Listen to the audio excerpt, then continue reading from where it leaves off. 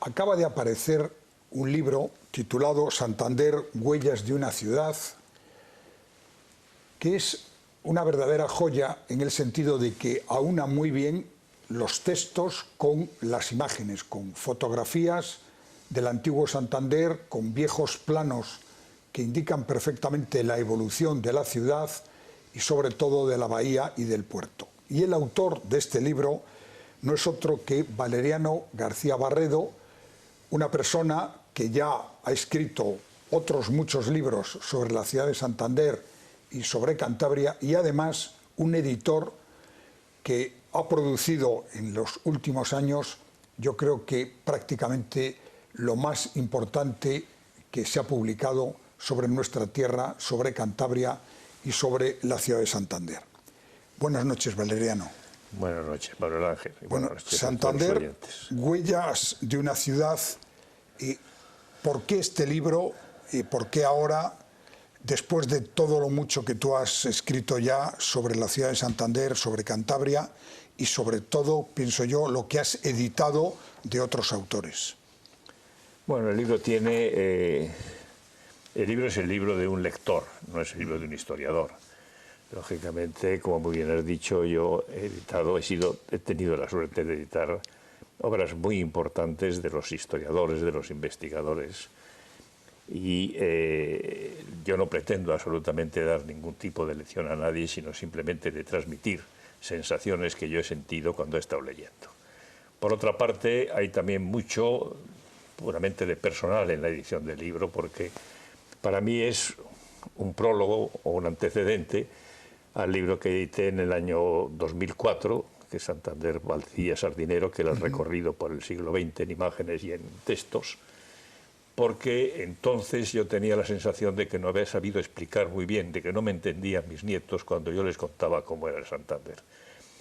Santander es una ciudad muy difícil de explicar con palabras, porque lamentablemente las catástrofes, primero el Machichaco y luego sobre todo el incendio del 41, que arrasó por esas casualidades enormes de la historia y de la vida, lo que era completamente el centro histórico de Santander, lo que quedaba encerrado dentro de las murallas, es algo exclusivamente la parte este del cerro de Somorrostro, donde estaba la catedral, aunque la catedral quedó completamente en cenizas, con el torreón translúcido, nada más por una fachada inexistente.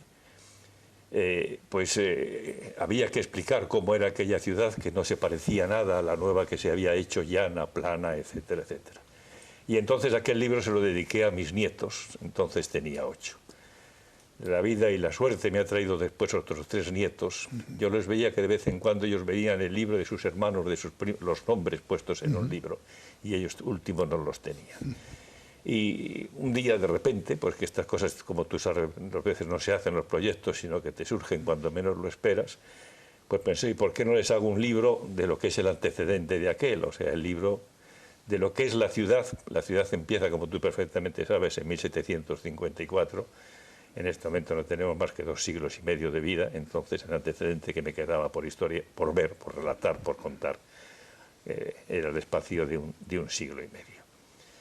Entonces, como es el libro de un lector, pues para mí viene a ser como el libro, es como un puzzle, o sea, de todas esas no inmensa porque parece una presunción absurda, de las lecturas, lógicamente, yo he escogido trozos muy representativos, donde prácticamente se va reflejando la vida de una forma o de otra, y lo que he hecho ha sido ver cómo yo, todos aquellos textos, donde están prácticamente las respuestas, los documentos de los investigadores o de los protagonistas que vivieron las propias historias, yo podía coserlos de tal forma que pareciera un relato continuo, donde el libro, si tú, al verlo tú como lo has visto, este es impreso en 2 caracteres, en letra redonda y en letra cursiva.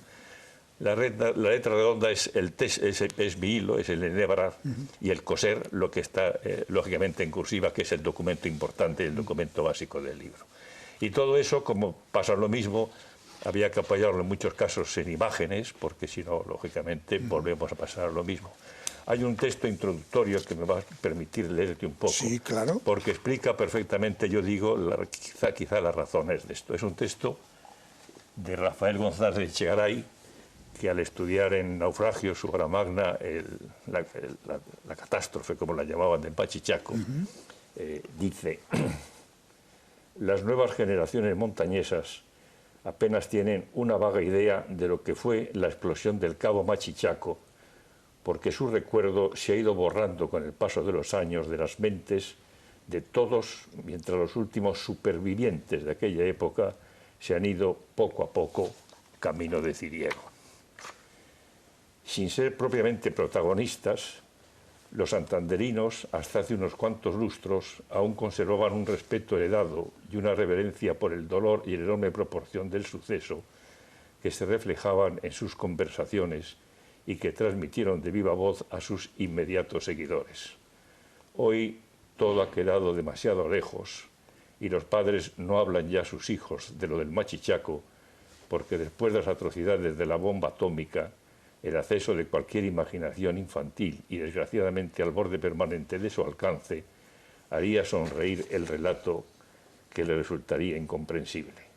Y por lo que se refiere a las personas desaparecidas, después de un par de generaciones, da como pena decirlo, pero es verdad, los muertos no conmueven demasiado contemplando el polisón de nuestras abuelas o la planta enlevitada de nuestros abuelos apuntalados en columnillas con telón de fondo de jardinería en las viejas fotografías rubiopintas de Zenón Quintana. Esto realmente es un retrato corto de lo que sucede en la actualidad. Esto está escrito en el año 60, o sea, han pasado ya otros 60 años más después de esto, y lógicamente yo creo que mucha culpa de ello lo tiene el móvil, por el conocimiento inmediato de lo que sucede y de lo que puede suceder para la constante y permanente comunicación a través del móvil, hace que no hablemos del pasado, que se haya perdido la comunicación oral y que los recuerdos nos importen menos que lo que puede suceder. Bueno, en este libro, además del texto, que es muy importante, está cuajado de ilustraciones, de fotos antiguas, de planos, de dibujos. ¿Dónde has conseguido todo ese material que yo creo que es fundamental, como tú bien has dicho, para poder entender el Santander de antes y cómo se transformó en el actual? Bueno, esto simplemente todos los hombres tenemos una tendencia a un cierto coleccionismo. El coleccionismo mío ha sido más o menos continuas salidas por unas circunstancias o por otras, por diferentes sitios, ha sido el recoger todo lo que he podido encontrar antiguo de Santander en libros, en postales, en fotografías, en planos, en grabados, en lo que sea. Curiosamente, había dos puntos, o hay dos puntos que supongo que seguirán existiendo porque yo también he dejado ya de viajar en estos casos, pero sobre todo Londres era un sitio maravilloso donde encontrar cosas antiguas, no sé por qué circunstancias, supongo que por razones del puerto, por muchas cosas determinadas, en donde se encontraban cosas antiguas extraordinarias que aquí yo nunca incluso algunas de ellas no las llegué a conocer. Todo esto está sacado, digamos, de lo que nosotros conservamos en la librería como un recuerdo, como un archivo o como simplemente un tesoro, para mí como un tesoro, vamos. Bueno, y en el libro se habla de un par de planos recogidos en un mismo documento, uno de lo que era entonces un proyecto para el puerto Bahía de Santander y en paralelo el de Bilbao, que lógicamente aparece como lo que es, mucho más pequeño en la ría de Bilbao que en la bahía. Ese documento, ¿qué tiene de especial y qué lectura presente podemos hacer de él? Bueno, vamos a ver. Yo de especial, yo he puesto en el libro, que digamos que ha sido muy poco editado. Yo no conozco ninguna reproducción del libro. Lo que pasa es que no he querido, lógicamente, presumir de tener un documento único, porque pienso que en algunas partes tiene que haber absolutamente más. Este es un mapa publicado en 1875 en el Atlas de Puertos Extranjeros del Ministerio francés, de lo que sería un Ministerio de Fomento, Obras Públicas, y llamaban Puentes y Caminos. Y el mapa recoge un proyecto que realmente había sido concebido en Santander, o sea, en el año 1872 se crea la Junta Liberal del Puerto y en 1874, 2 años después, el que entonces era presidente del mismo, Juan Orense, crea un plan. En ese plan se recoge una situación extraordinaria, curiosísima, y es que desde lo que era, donde terminaba entonces la construcción más o menos del muelle, o sea, a partir de lo que era de lo que sería antes del final del muelle, de la terminación del muelle, se crea una obra extraordinaria, con 2 diques, careneros, embarcaderos, hasta la punta final de la Magdalena. Eso lo asume el marqués de Comillas como una estación realmente semejante a la que tenía en Cádiz para la flota en la parte sur de la península, e intenta que eso se realice en Santander. Como eso está publicado, realmente los franceses no pueden inventar absolutamente ninguna cosa, sino que recogen un proyecto. Bueno, hay dos refranes que podían explicar una cosa que es que del dicho al hecho hay un trecho, y sobre todo que más bien que las cosas de palacio van despacio. O sea, el primer plan de Orense no se aprueba, se siguen trabajando sobre nuevos planos porque se suceden los presidentes en la Junta, los ingenieros directores, y en el 78 realmente se aprueba un plan anteriormente de Lequerica, y es entonces el marqués de Comillas, en un día de octubre, se presenta en Santander con su hijo Claudio, y en Santander están en ese momento en la bahía 3 transatlánticos, bueno, lo que nosotros llamamos transatlánticos hoy, entonces eran los correos, uno de ellos era el Ciudad Condal, otro el Gijón y otro el Comillas, o sea, y digamos, de alguna manera intentan que eso quede fijado de una forma. Los correos atracaban, fondeaban enfrente del promontorio, ese era el sitio donde la bahía, etcétera, etcétera. Y ahí los carboneros, etcétera, puesto que lógicamente tenían que ellos repostar, era el combustible que era el carbón, un flujo tremendo que proporcionaban a las corconeras que vendrían después, etcétera, etcétera. Pero desisten, aparte de todas las trabas que se crean administrativas, como suele suceder a veces en muchas situaciones, digamos que dejan apartado el proyecto porque la corriente en la bahía es tan fuerte que lógicamente les produce a ellos enormes inconvenientes en la situación. Y ese extraordinario proyecto, mucho más grande que lo que luego se llegó a realizar, pues quedó, pues, como tantas cosas, en el deseo de las personas. Pero lo que sí supone curiosísimo es que ese mapa, o ese plano, que no se editara por ninguna circunstancia en España, esté editado en Francia, está editado en París por una escuela oficial, por un ministerio, en el fondo está editado por un ministerio, y que recoge un proyecto extraordinario. Un proyecto extraordinario, vamos a ver, Santander está hecho... Bueno, Santander es el puerto, como tú perfectamente sabes. Nosotros estamos grabando esta conversación en este momento en la biblioteca del Ateneo, y la biblioteca del Ateneo era mar. En efecto, hasta aquí mismo llegaba el mar. Estamos en un sitio puramente pereviano, esto es la Maruca. La Maruca, cualquiera que haya leído, y Santander los ha hecho casi todos, Otileza, sabe que perfectamente aquí es donde se juntan los 4 raqueros. Aquí están Andrés, con Silda, con Sula y con Muergo, camino de esa aventura que ellos van a vivir realmente en la playa de San Martín, a donde llegan, pues, a donde por entonces estaba el mar, o sea, por lo que hoy es Peñarbosa y por lo que era Juan de la Cosa. Todo lo demás era mar, y aquí mismo en Cañadío estaba la fábrica de cerveza del Campo, que admiró a Jovellanos. Hay una frase de Jovellanos que recoge en el libro, en el informe que hace,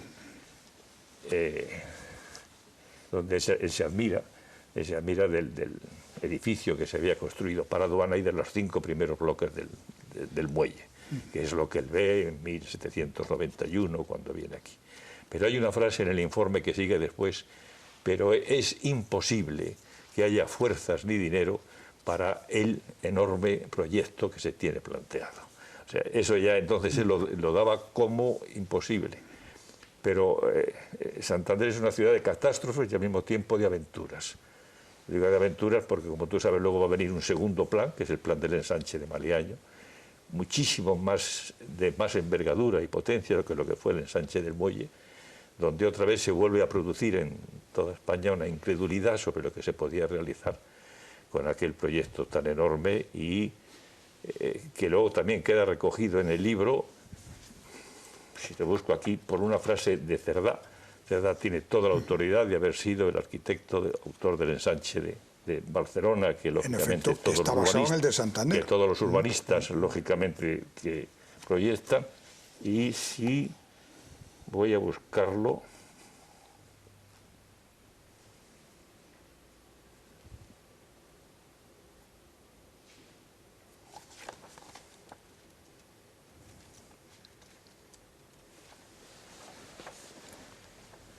El ensanche de Santander, que realmente es la parte más bonita de la ciudad ahora mismo.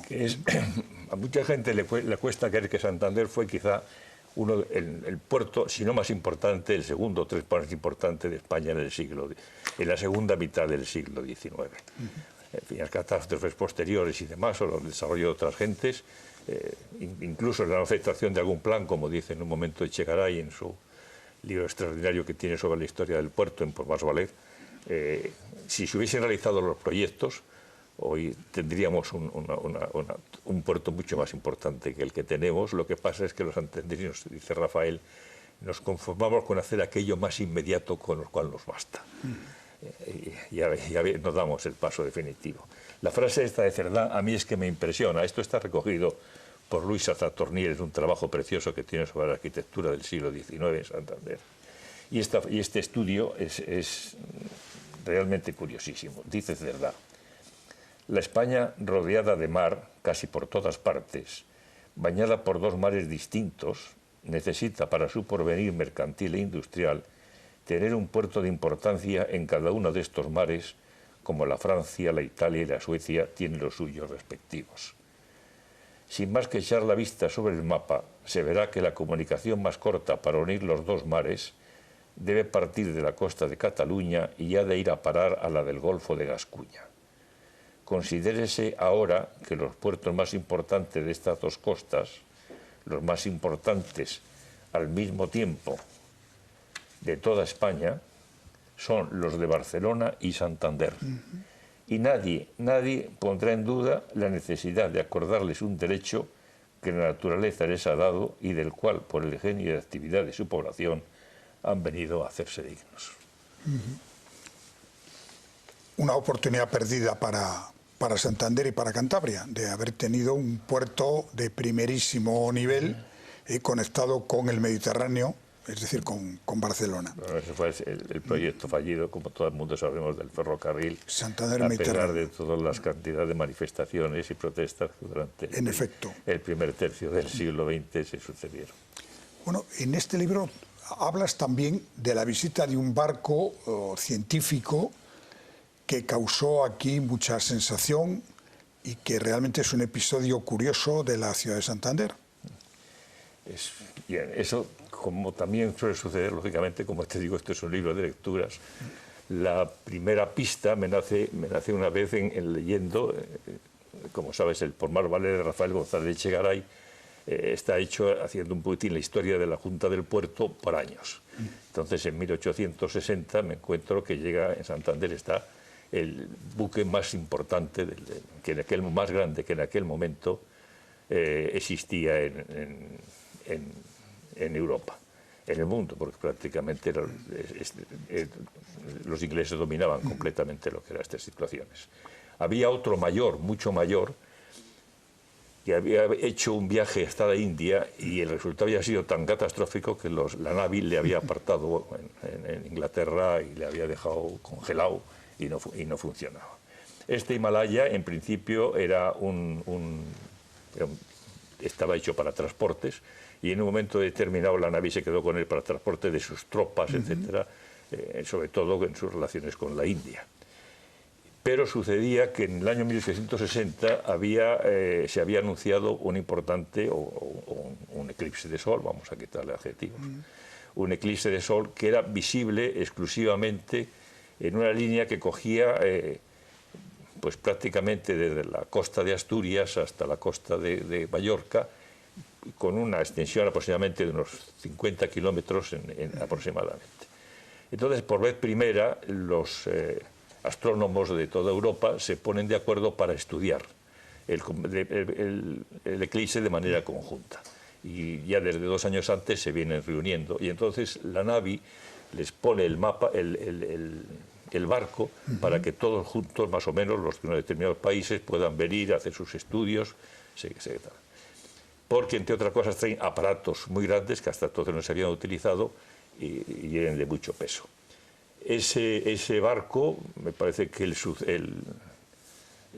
eclipse creo que estaba hecho, no sé si me recuerdo este momento, el 18 o 19 de julio, llega a Bilbao el 10 de julio, donde desembarca todos los grandes instrumentos y una parte importante de los astrónomos que traía, porque ya entonces funcionaba el ferrocarril desde Bilbao a toda la costa del Mediterráneo, con lo cual ellos iban repartiendo el material y los dos a través luego del ferrocarril. Pero en Bilbao no hace más que desembarcar el material y hoy 11 astrónomos que vienen a Santander y el barco está aquí hasta el día 26 de julio.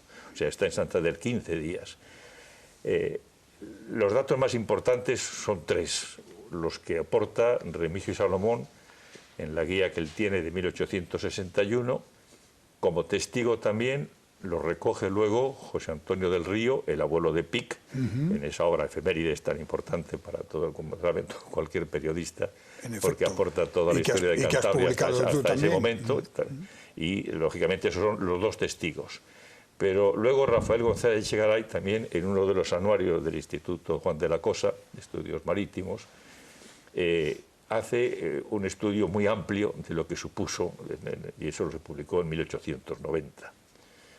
Entonces, cuando te preguntas qué hace aquí este barco, qué supone, hasta que encuentras todos esos datos, tienes unos inconvenientes.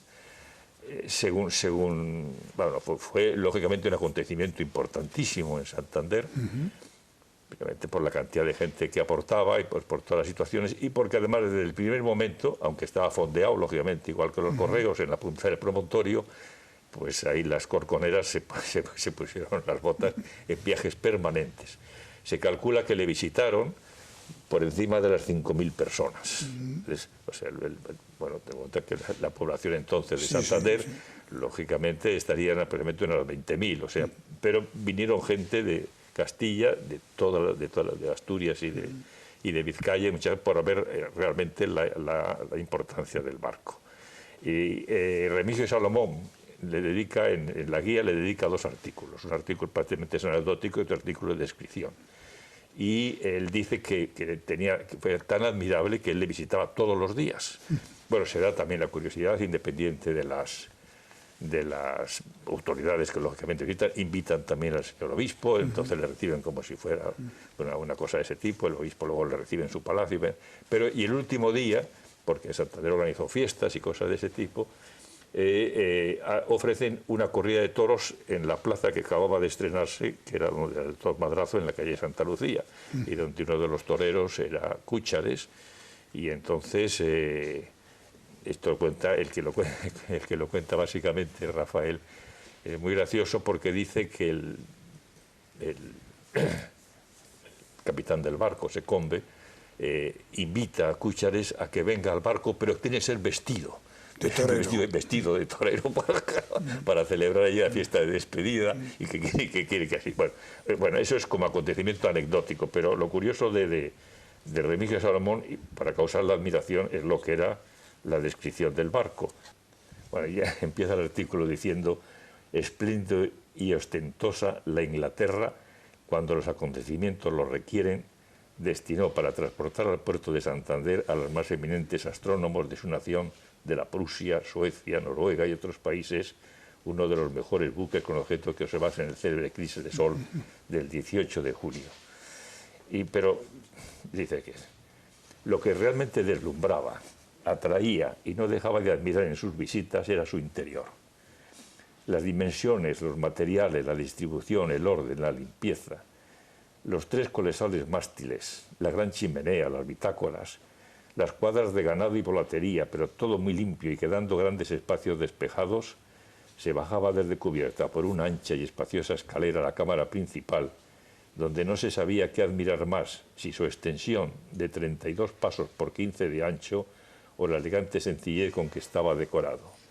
2 mesas con sus hermosos bancos tapizados ocupaban el centro y el testero, cómodos divanes de terciopelo encarnado y un precioso piano vertical. Contenía este salón 32 camarotes a cada costado, con 3 camas cada uno y el servicio necesario para la toilette. Pero luego todavía hay otra cosa que le llama más la atención y dice, era el espacio donde se comía y estas cosas. Y dice, aquí se contaban 27 mesas a cada lado, con sus correspondientes bancos para 6 personas, pudiendo comer al tiempo 648 hombres, con comodidad y bien servidos desde su cocina económica colocada en el centro. Todavía se descendía hasta otro piso o puente y, sin embargo, al hallarse las aguas, es toda el buque, porque era un buque impresionante que no parece absolutamente nada que ver con los veleros. Estamos en el tiempo justamente del cambio de la entrada del vapor, y es un barco que llamaría incluso hoy la atención porque pesa 4.500 toneladas, que entonces era una barbaridad. Bueno, pues recomendarles a todos ustedes este libro, Santander, Huellas de una ciudad, de Valeriano García Barredo, que nos ha explicado una parte, pero que queda mucho aquí por leer, porque aquí está una buena parte de la historia de nuestra ciudad, esa ciudad que, como él ha tratado de explicársela a sus nietos, no resulta fácil de que se entienda cómo era antes del incendio del 41 y sobre todo la transformación que se hizo después con la apertura de las calles Lealtad, Isabel II. Sí, puede ser. Sí. Yo pienso que lo más complicado para ellos es entender que la ciudad entonces era mucho más pequeña. O sea, hay que tener en cuenta que cualquier espacio plano de Santander que tenga su límite en el mar es un terreno ganado o comido o robado al mar, como queramos llamarlo. La ciudad del ensanche de Maliaño se proyectaba para 200.000 personas, dice Sazatornil. Lógicamente la catástrofe del Bachichaco cambia muchísimas cosas y bueno, entonces hay una situación determinada. Pero es que en Santander realmente, como sabes tú, el mar llegaba al muro de la catedral y luego el límite, pues la Peña del Cuervo y así todo. O sea, si vamos, Maliaño, Nueva Montaña es un puro relleno, todo el puerto es un puro relleno. Y cualquier paso donde nosotros demos, lógicamente el mar influye. ¿Esto qué ocurre? Pues hombre, que nada es intocable, porque si fuera intocable Santander no existiría. Claro, claro. Y lógicamente cuando estamos hablando, si conservamos, que hay que conservarla porque es como la rosa de Juan Ramón Jiménez, y si nuestros abuelos o bisabuelos o tatarabuelos hubieran conservado así, nosotros no sé dónde estaríamos en este momento. Muchas gracias, Valeriano, y insisto, recomendarles la lectura de este libro, editado por Estudio, y que lo pueden encontrar ya, lógicamente, en esa librería y en otras. Muchas gracias y buenas noches.